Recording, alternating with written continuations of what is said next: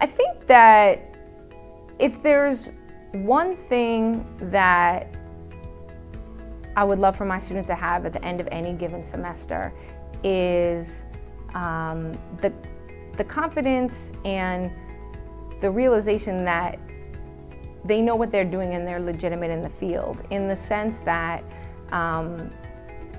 we get exposed to a lot of different content. Hopefully what we learn and see is interesting and exciting, but that's just one part of it. The real part of what I'm trying to bring out in the course is, how do you approach any given problem? How do you think about this? How do you look something up and down and figure out what's the big idea? How does this connect to that?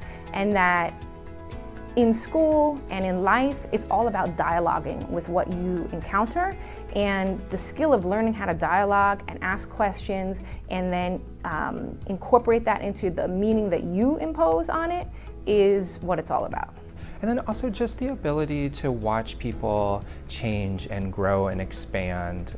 Sometimes we get so in our routines as we go about our life, and something about coming to school and coming to a class really shifts that routine. It challenges you, it makes you share information and talk about things that you might not normally talk about with your friends and family. And so just that real kind of experiential, vulnerable kind of opening that happens through the process of learning. Sometimes it's really frustrating, sometimes it's a little bit scary, and that's part of the process. And so watching students navigate that, supporting them, teaching them something that they can take back to their work, that they can use in their life, and most importantly, something they'll share with someone else. I think that happens a lot, especially in the health disparities course that I teach, is they'll take something in and they'll go back and they'll share it. They'll share it with family members or friends, or as an administrator at work, or in their church or in their community. And I think knowing that I can be a part of helping people facilitate conversations and have important dialogues is really important.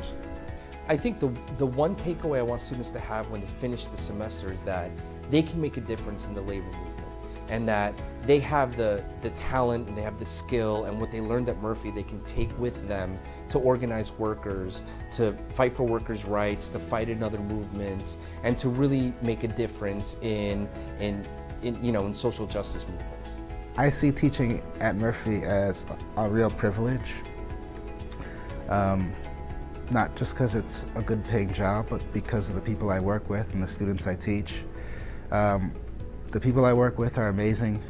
The students I teach are exceptional, intellectually curious, and committed to making New York City a better place.